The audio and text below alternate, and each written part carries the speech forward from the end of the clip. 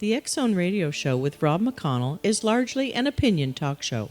All opinions, comments, or statements of fact expressed by Rob McConnell's guests are strictly their own and are not to be construed as those of the X Zone Radio Show or endorsed in any manner by Rob McConnell, Relmar McConnell Media Company, the X Zone Broadcast Network, its affiliated networks, stations, employees, or advertisers.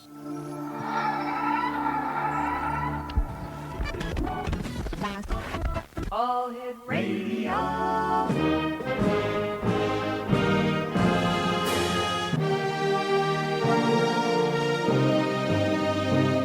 Welcome to the X Zone, a place where fact is fiction and fiction is reality. Now, here's your host, Rob McConnell.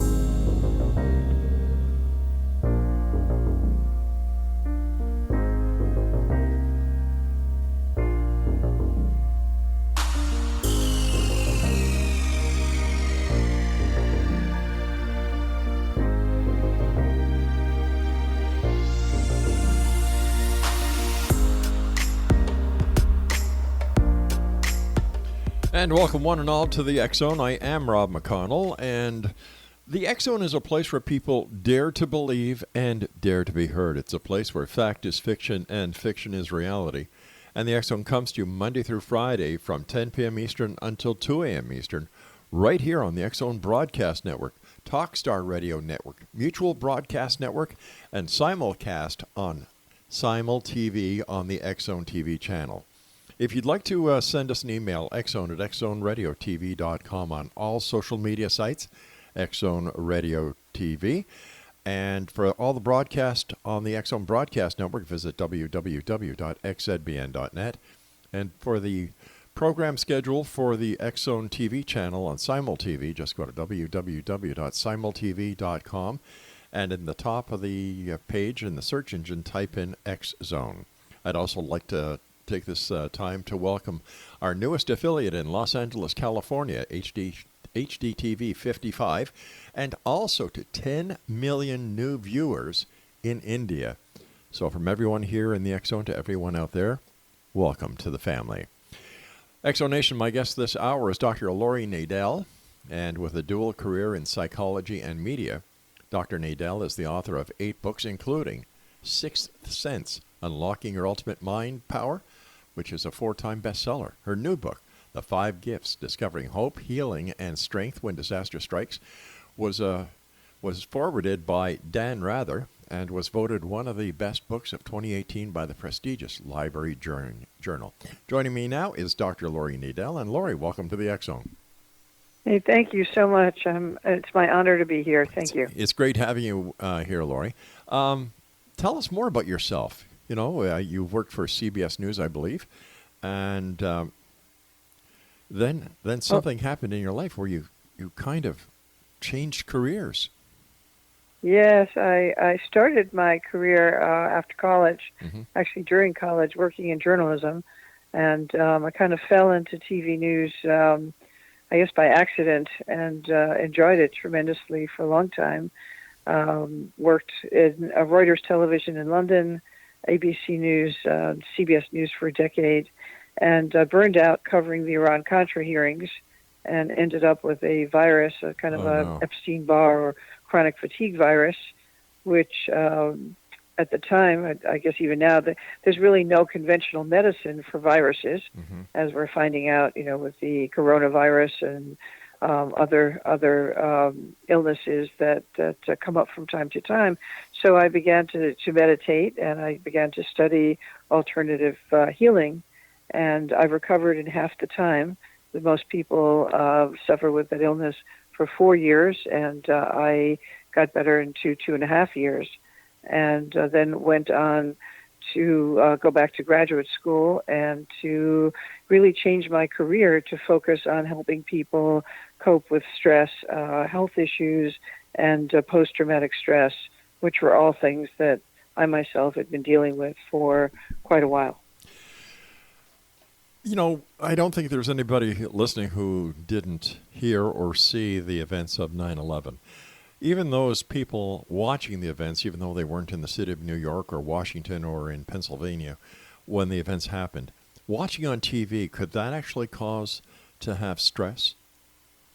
Oh, there's no question that what they call vicarious trauma or secondary trauma can result from watching disturbing, violent images on the screen, whether it's television or your cell phone.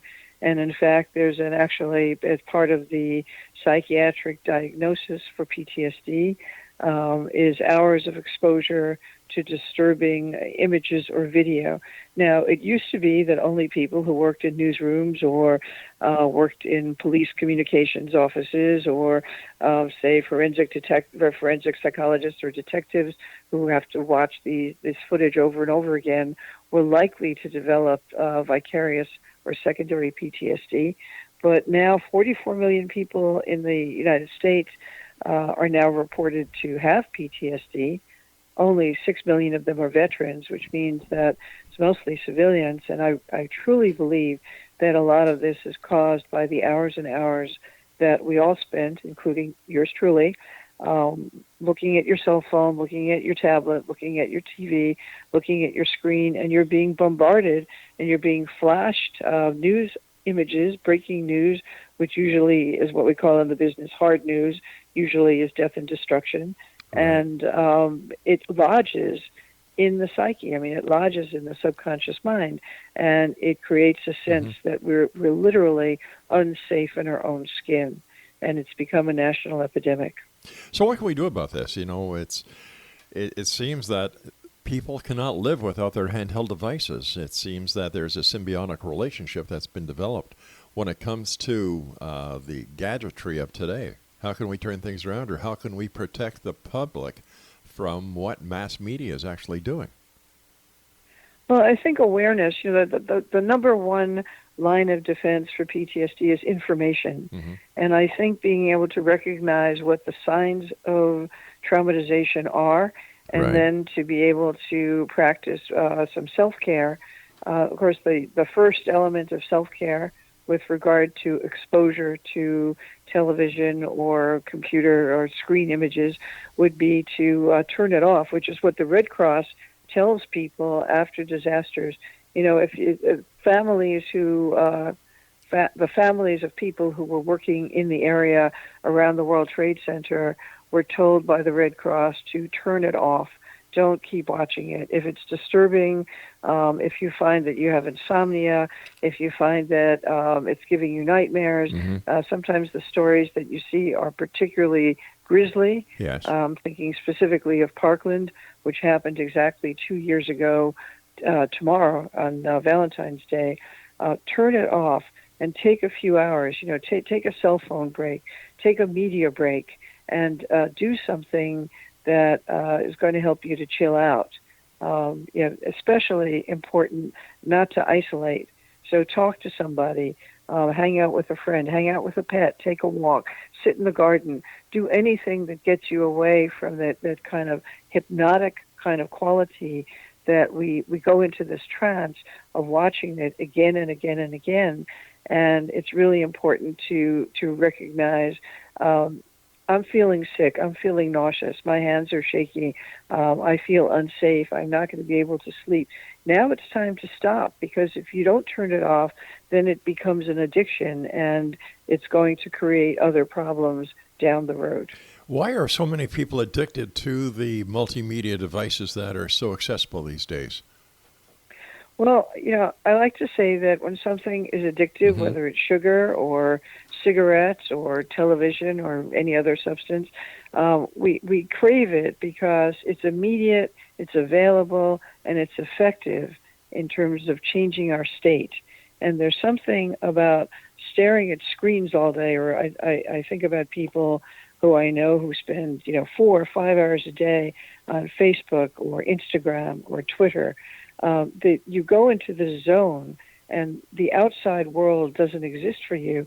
You start to believe, you get kind of sucked into this belief that only what exists on the screen is real, and it kind of takes on a life of its own. And for a lot of people, that is, it gives them some kind of an immediate sense of either gratification or importance, or it's just very seductive. It shows you a world that you think, what do they call FOMO, fear of missing out? It shows you a world that you think or you feel is better than the world that's going on around you in real time. And it's very dangerous for that reason, because there's a multi-billion-dollar industry, which used to be confined to television, which of course is the advertising industry.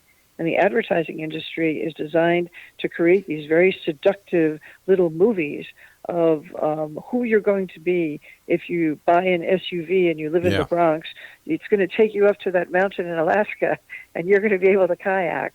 Or you're going to put on this makeup, and suddenly the person you want to fall in love with is going to be all over you and in love with you. So it feeds, the media feeds these kind of distorted kind of dreams of what people start to believe life is supposed to be, or the fascination with celebrities. And it's very easy to be distracted by that, because it seems like a much more appealing way to live than having to pay your bills or walk the dog or go to work or take out the garbage. So people would rather live in a land of fantasy than to live in a world of reality. You and I have to take our break. Please stand by. Dr. Laurie Nadel is our special guest this hour. Exonation, www.laurienadel.com. That's LAURIENADEL.com. This is the X Zone. I am Rob McConnell. We're coming to you from our broadcast center and studios in Niagara, Ontario, Canada. Once again, if you'd like to visit the X Zone Broadcast Network website, xzbn.net, and the X Zone TV channel on simultv.com.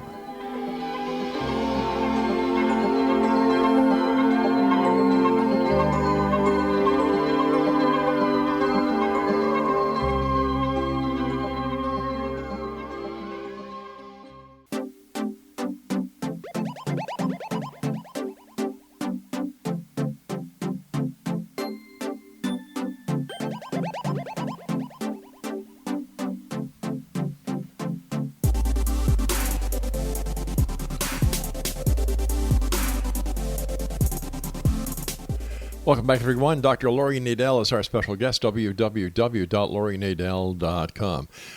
Before we went to the break, we were talking about how people kind of enter into a world of fantasy when they go into Twitter, Facebook, and, they'd rather be there than actually in the world of reality. I call it the ostrich syndrome. They'd like to put their, they duck their head into the sand, thinking that when they pull their head out of the sand, everything is going to be better. But actually, everything is the same, and in many cases, it's worse. So where does the responsibility lie, in your opinion? Does the responsibility of the mess we're in when it comes to the people that are hooked on the multimedia devices, is it the responsibility of the media, or is it the responsibility of the person who decides to pick up that multimedia device, turn it on, and start watching it? Well, unfortunately, the media in general has become a kind of juggernaut. It has a life of its own. It's a multi-billion-dollar industry. It fascinates people. So we can't really control. We can't really control the way the technology is growing, or the access which people have, and in many cases, of course, social media has been a great blessing to people in many different ways. But the addiction is something that only we can take charge of. We're the only ones who can decide that we really need to turn it off and make eye contact with the person who's sitting across the table.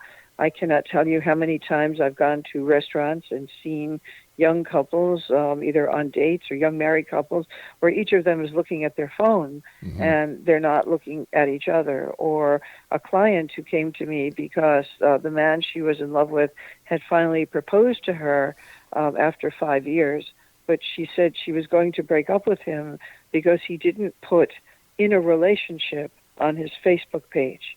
And that's for real. And I tried to explain to her that Facebook wasn't real. That's right. But she said that her Facebook friends would judge her, and it would be humiliating for her if she put "in a relationship" and this man who she had wanted to marry for so many years didn't put in a relationship on his Facebook page. So there's a distortion of reality that really hooks people, and we're the only ones who can decide. It's time to turn it off and spend 15 minutes, 20 minutes, half an hour, 1 hour, 2 hours, a certain period of time every day engaging with real people around us.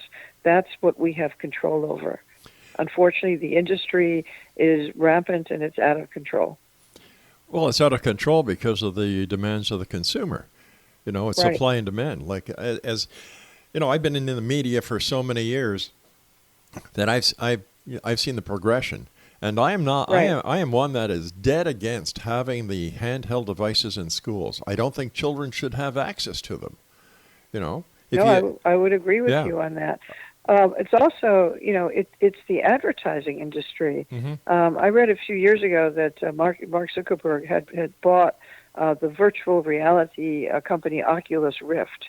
And I forget how many, millions or billions of dollars he paid for it.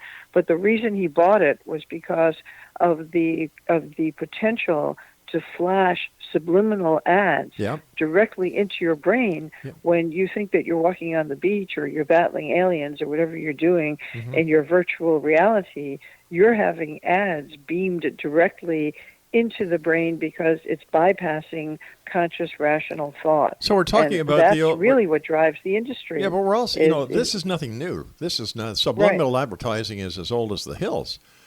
So it's a new method of sucking people into buying crap. That's right, except that it's so subtle that, and on television, it's. There's still laws that make it illegal to flash subliminal ads. But when you get into the wild west of virtual reality or the internet, and so you don't know really what's being flashed at you. Flash frames are coming at you all the time, and the conscious mind has no idea what you're actually looking at if there's a frame of something that's half a second long or a second long, because digital technology makes that possible. That's right. That's right. And like I was saying, I don't think that handheld devices should be given to children. I don't believe they should be in the schools. Because what happens when we have an EMF and all the cell towers go down? This happened, I think, about 15 years ago here in Ontario. There was an EMF and the entire parts of Ontario and Pennsylvania and New York were blacked out. There was, it also happened after 9/11. It also happened after Hurricane Sandy. Right. There's no cell phone, no television, no communications, no electricity. These events happen, and they're going to be happening with increasing frequency because of changes in the climate, and also, as you're saying, EMF, electromagnetic storms, solar storms, pulses, and God knows what else that humans are doing to interfere with communications. People, I saw people just totally lost.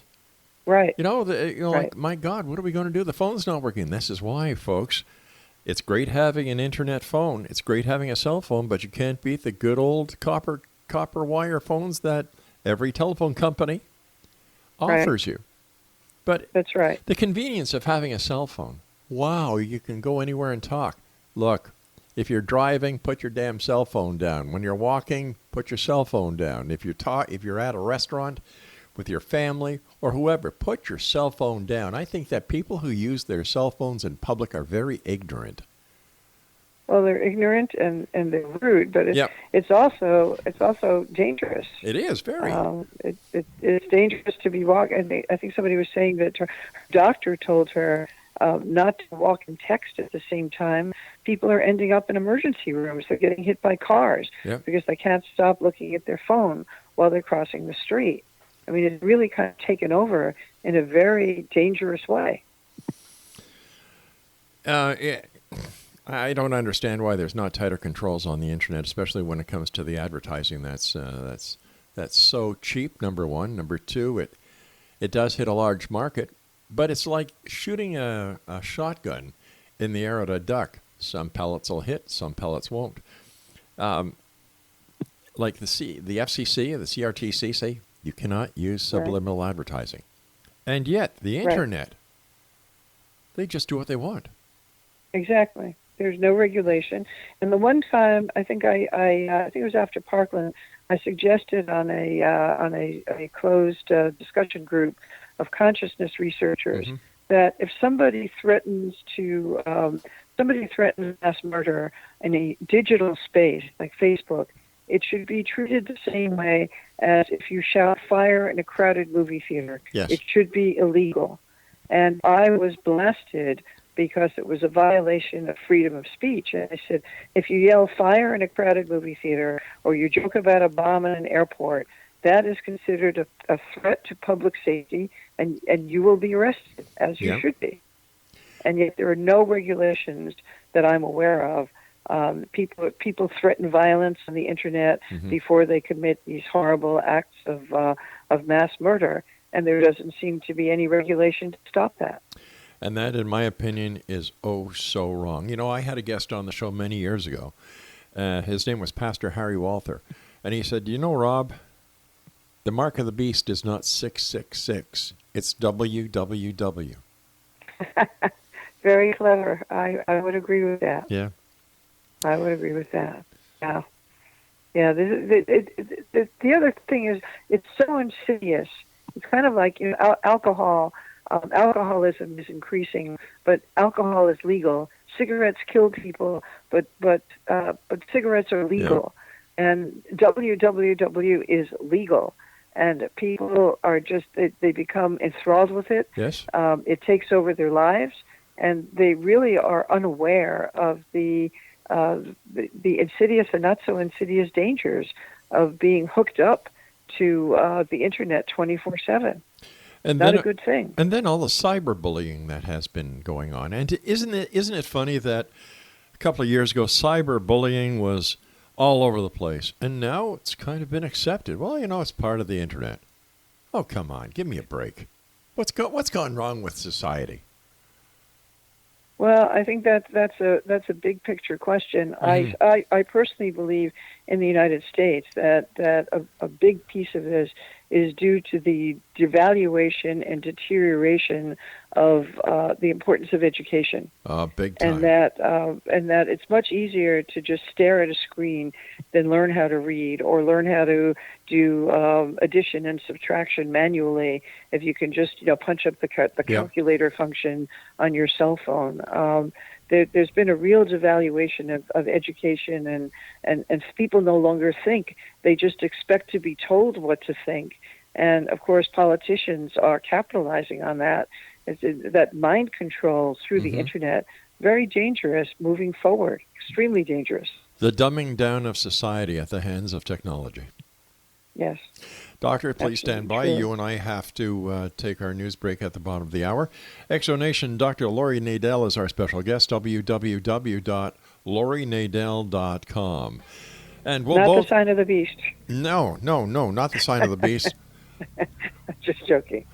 www, wonderful woman. We've got to figure this one out. All right. Stand by, Dr. Laurie. Always great talking to you. And X-Zone Nation will both be back on the other side of this news break. This is the X-Zone. I am Rob McConnell. We're coming to you from our broadcast center and studios in Ontario, Canada. Don't go away.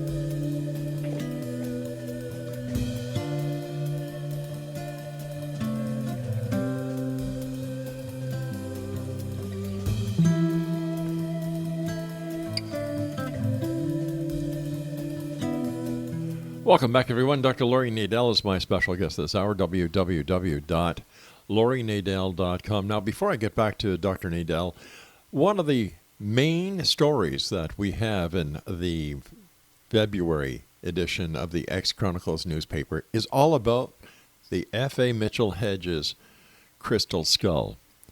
Guess what, gang? It's all a hoax. It's all fake. And we have proved it beyond the shadow of the doubt in the current edition of the X-Chronicles newspaper. I know a lot of people are going to be upset, but you know what? Sometimes reality kind of gives you a good little shake and says, well, listen, if Mitchell Hedges and his daughter Anna really did find this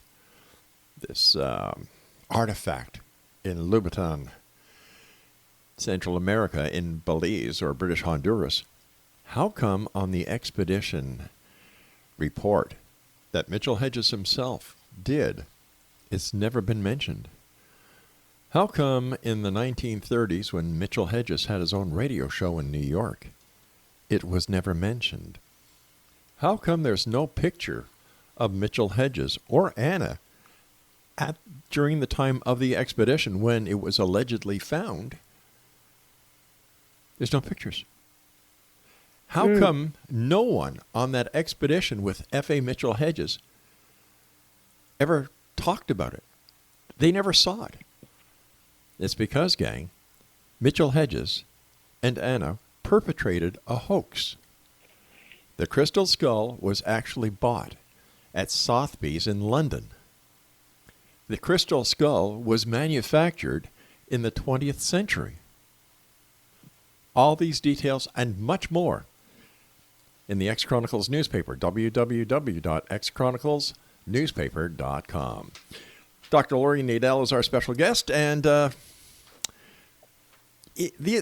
undoubtedly, these are strange times. You know, not only are we being inundated with false news, and you and I were talking about the subliminal advertising that people are being subjected to, and then the media seems to thrive on all the political indecisiveness.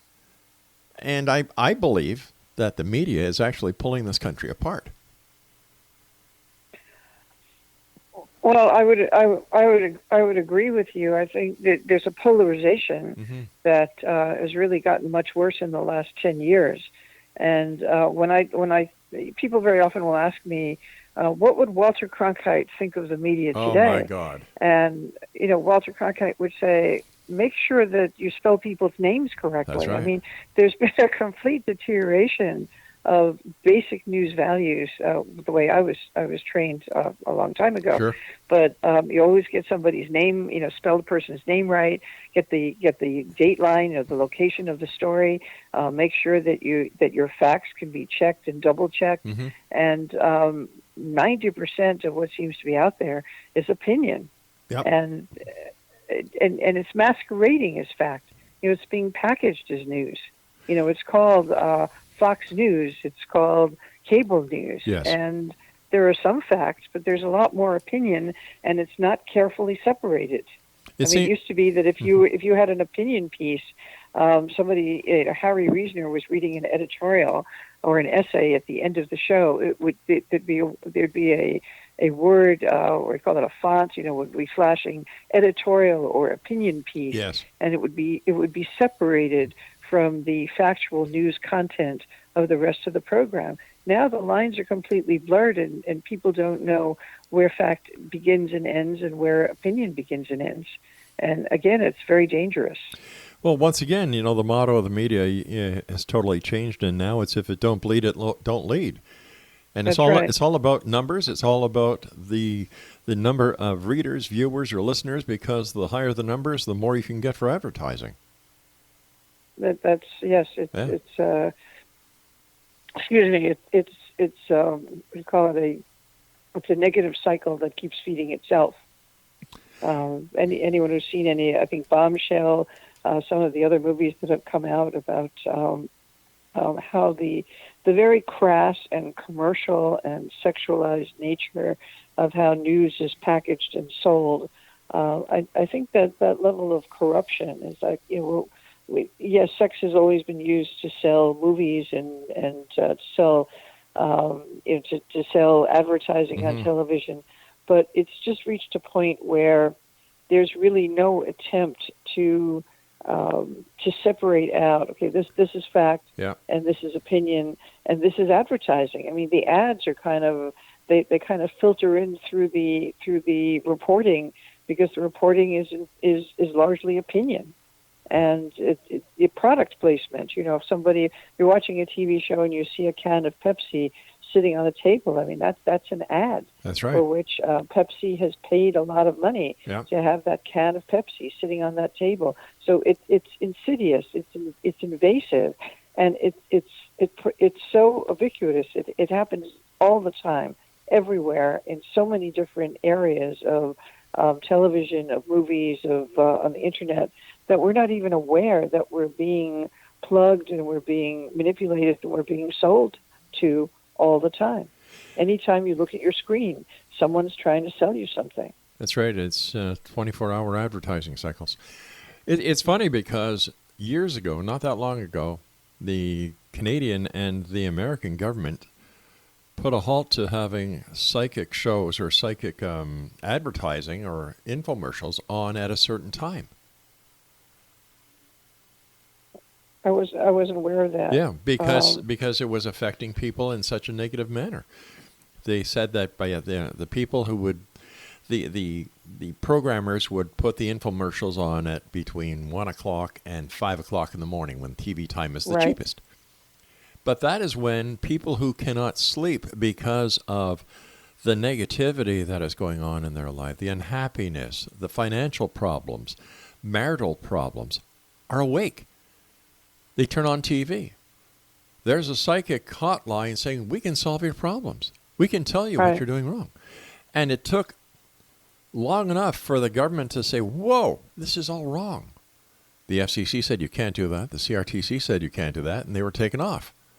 And yet... But they will advertise pharmaceuticals. Exactly. And here I had a friend visiting from the Netherlands, and he actually threw his shoe at the television when he saw some of the pharmaceutical ads in the middle of the evening news. And he said, that's illegal in the Netherlands, and it should be illegal here. And people walk into their doctors and they say, I want the purple pill, Yep. I want the pink pill, I want this. It's not, it's not like going out to buy milk. I mean, it's something that your doctor is supposed to tell you what medication you need for your condition. And yet how many people... It should not people... be allowed to be a consumer product that gets advertised. Patients are not consumers. We're people who need specific expert medical help when we're sick. And yet these people go on the internet and try and make self-diagnoses. Right, Dr. Google. Exactly. Yeah. Listen, I want to get back on track here, and because I'd really like to talk to you about your book, The Sixth Sense, Unlocking Your Ultimate Minds. It's a classic. You were the first to report on the Pentagon's secret psychic espionage program. That's right. Tell us about that. And it was very interesting. I had first interviewed Edgar Mitchell, who was the astronaut who had a kind of mystic experience in space where he realized that he was connected to a higher intelligence.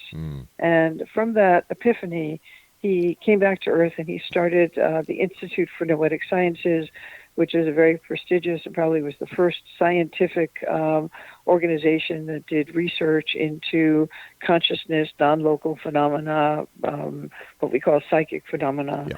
And it was actually the president of that organization who told me in 1988 that there was a secret psychic espionage program.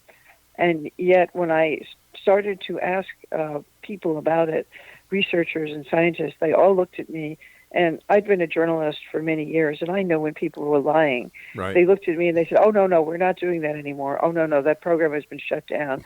And I thought, these people are lying through their teeth. But, I'm a young mom, and I'm an independent writer. I'm not working for the New York Times or 60 Minutes, and I don't want to disappear down a dark road. So I'm just going to let them lie. But the program was going on actively, was declassified in 1996, and I understand that it's still going on, but they change the name of it from time to time, and it's kind of buried deep in different levels of military and intelligence work. We've had the founder of that that project. Russell Targ on the show many times. Yeah. And then we've had Major Ed Dames on the show many times Yes. talking about Yes, I remote interviewed viewing. both of them. Yes. It's Brilliant men. They are. And then, the stories that they tell, all right, hey, the Russians were doing it, the Chinese were doing it. Why shouldn't the Americans do it? And when does it become so necessary that the public knows everything about what the government is doing? If the public knows everything, is the public itself putting the risk of national security in the forefront because of their curiosity?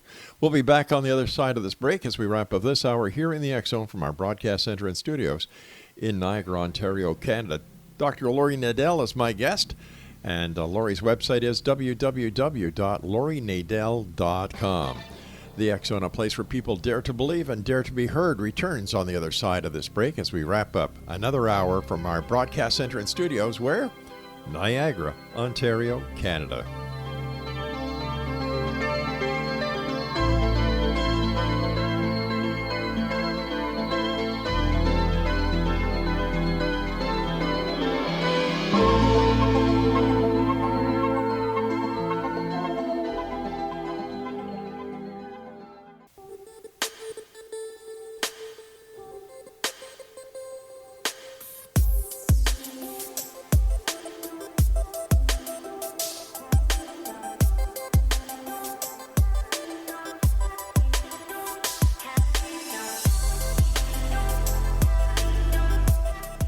And welcome back, everyone. Dr. Laurie Nadel is our special guest, www.laurienadel.com. Laurie, in today's society, we were talking about your book, Sixth Sense, Unlocking Your Ultimate Mind Power, where you actually were the first person to report on the Pentagon's secret psychic espionage program called remote viewing. When does it come to a point where the public has the right to know certain things, but when it gets to the point of, for example, storming Area 51, where they actually endanger national security? We didn't see this prior to the Internet. Does the Internet bolster the crowd mentality and the stupidity that goes along with it? Well, I think absolutely. I mean, I think, the number of people who say to me, I saw it on the Internet, so it must be true. I go, okay. I think there's really, to kind of pick up what you were talking about before, I think that even with all the exposure that we have to information, false news, false information, subliminal programming, propaganda, I think that when it comes to what's really going on, maybe we know 3% of what's really going on. And I think a lot of what we're fed is designed to excite a kind of crowd mentality because it distracts us from really finding out what's going on behind the scenes. And I agree with you. I don't want to know what's going on behind the scenes because my understanding is that there is a lot going on that the public should really not have any idea of. And people are probably saying, "Oh, listen to the two of them." People in the media. They're trying to cover. No, it's not cover. This is the reality, gang. This is the real world. You just can't bury your heads in your electronic gadgets and live in a world of fantasy or virtual reality for most of your day and then pop your heads out for a little while and think that you're able to comprehend what's really happening in the real world. It doesn't work that way. I've been doing the show now for 30 years, Laurie. Wow. 5 nights a week, 4 guests a night. And in the 30 years that I've been doing this show, nothing within the world of the paranormal has changed. Nothing. Nobody has found Bigfoot. Nobody has found a crashed UFO. Nobody has found the Loch Ness Monster. And the list goes on and on and on. People keep asking me, well, Rob, if that's your attitude, why do you keep doing the show? And the answer is very simple. If the truth is out there, I want to find it. But yeah, absolutely. That's what journalism is about. And I think that you're talking about the beginning of your show. I think it's really important to explore the unknown and expect the unexpected. It's really important. Carl Jung said that intuition is the ability to see around the corner, and in order to see or sense around the corner, we have to ask a lot of questions, and we have to be open and curious to phenomena that we really cannot understand through our logical mind and our 5 physical senses. And I think that can only be. I think we only understand a fraction of it, yes, but we can experience it, and once we experience it, of course, it changes us. Something that has happened over the last 20 years, the New Age movement has become much more popular, and they now are using buzzwords like quantum physics, quantum mechanics to try and justify what their beliefs are. You know, we can't prove it, but quantum physics and quantum mechanics say it's possible. So therefore, if it's possible, it's real. No. Right. No, that's not how it works, gang.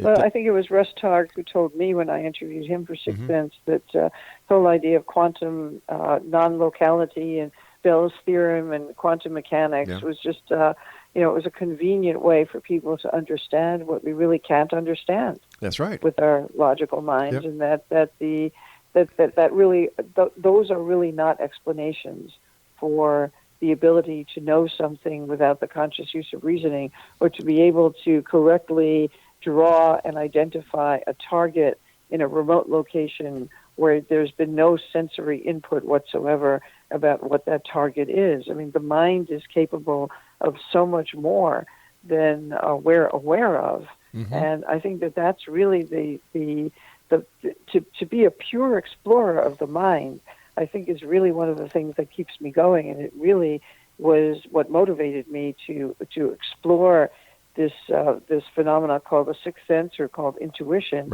at a time when there was no New Age section of the bookstore. When Sixth Sense came out, it was the only book that looked at a biological model. It looked at multiple intelligences. It looked at the science of intuition and how people in different walks of life trusted their sixth sense, so that it grounded it, and it helps people to understand that this is a very real mental phenomena, just like learning a language or having mathematical ability. It's something that we all have. Some people have more of it than others, or some people have a more natural talent, but it's natural, and it's just as important as learning how to add and subtract, or learning how to play a musical instrument. It's a phenomenon at this point because the science that we have today cannot explain it. But when the explanation is revealed and the man behind the curtain is identified, the phenomenon will no longer exist. It'll be fact. And I think that as long as people look at the possibility that, oh my God, I'm going to shake a lot of people's worlds right now, Laurie, when I say this, that Albert Einstein may have been wrong, because it could be found out maybe tomorrow, next week, a year from now, that one of his formulas were wrong, that he was wrong. Right. It'll shake the foundations of the scientific community who put so much faith in today's knowledge, that I applaud the new scientists who are actually going beyond that and saying, well, what if? Right. Yeah. What if? And of course, Einstein, completely upended the Newtonian model. Exactly. And the model of what we call reductionism, that says that only what can be reduced to physical matter is real. Yep. And the new scientists, which at the time that I was researching my book, I think they made up maybe 2 or 3% of the scientific community, were asking those what-if questions. Yeah. They were asking the questions about consciousness and psychokinesis, and is it possible to influence the outcome of, say, a random number generator using the mind? And the numbers that were generated in the Princeton Anomalies Engineering Lab proved that, yes, it is possible for the mind to influence a random number generator, but nobody knows how. Nobody knows why. Yep. And there's really no science to explain it. Well, it's just like telekinesis. Poltergeist activity. We know that poltergeist has nothing to do with a noisy spirit. It's caused by an agent who's going through puberty 9 times out of 10. And this was according to Hans Holzer, who I had the opportunity of talking to many, many years ago. Wow.